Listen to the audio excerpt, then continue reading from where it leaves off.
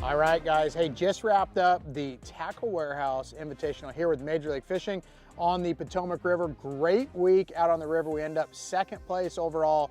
You know, I had a blast. I love coming here. I love fishing the river, and especially tidal water systems. I grew up, you know, fishing some of the Northern California lakes, and the California Delta reminds me so much of this place. And I've had a really good past here as well. I had a lot of top fives here. Second place here overall this week, and I kept it extremely simple. You know, one of the things I was doing this week was fishing some brim beds, some bluegill beds. They're up spawning. Those big bass are around those beds. I was throwing a evergreen. This is a ones bug, the OB, the popper, in the bluegill color. One thing I love about this bait is the bait kind of sits about like this in the water column. Then when you pop it, it's gonna, you know, of course, go forward.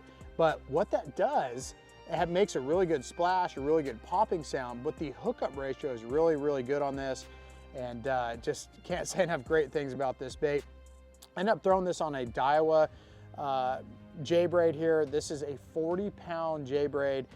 This is actually the X8. I elected to throw a braided line because all this grass, and when you're making a really long cast, I wanted to have a really good hookup ratio. This is a new Daiwa Tattoo Elite. This is a 7-foot Randy Howell topwater jerkbait rod. You know, fish a lipless crankbait on this as well. And a Daiwa Tattoo Elite reel here. I was throwing an 8:1 gear ratio just so I can make a long cast with the Tattoo Elite, and then have a high gear ratio to reel it in. And of course, I was throwing a jackhammer. This has always been my go-to any grass fishery in the country, but especially here on the Potomac River. And I really like this color combination. Also, you know, it's a green pumpkin with a little bit of orange and a black blade. And of course a Yamamoto Zako. And you know, big key for me here throwing this bait is the rod and reel. This is a Daiwa Tattoo Elite 7.4. This is a bladed jig cranking rod designed by Brent Ayler. Throwing it on a Daiwa J Fluoro Samurai. This is a 20-pound test.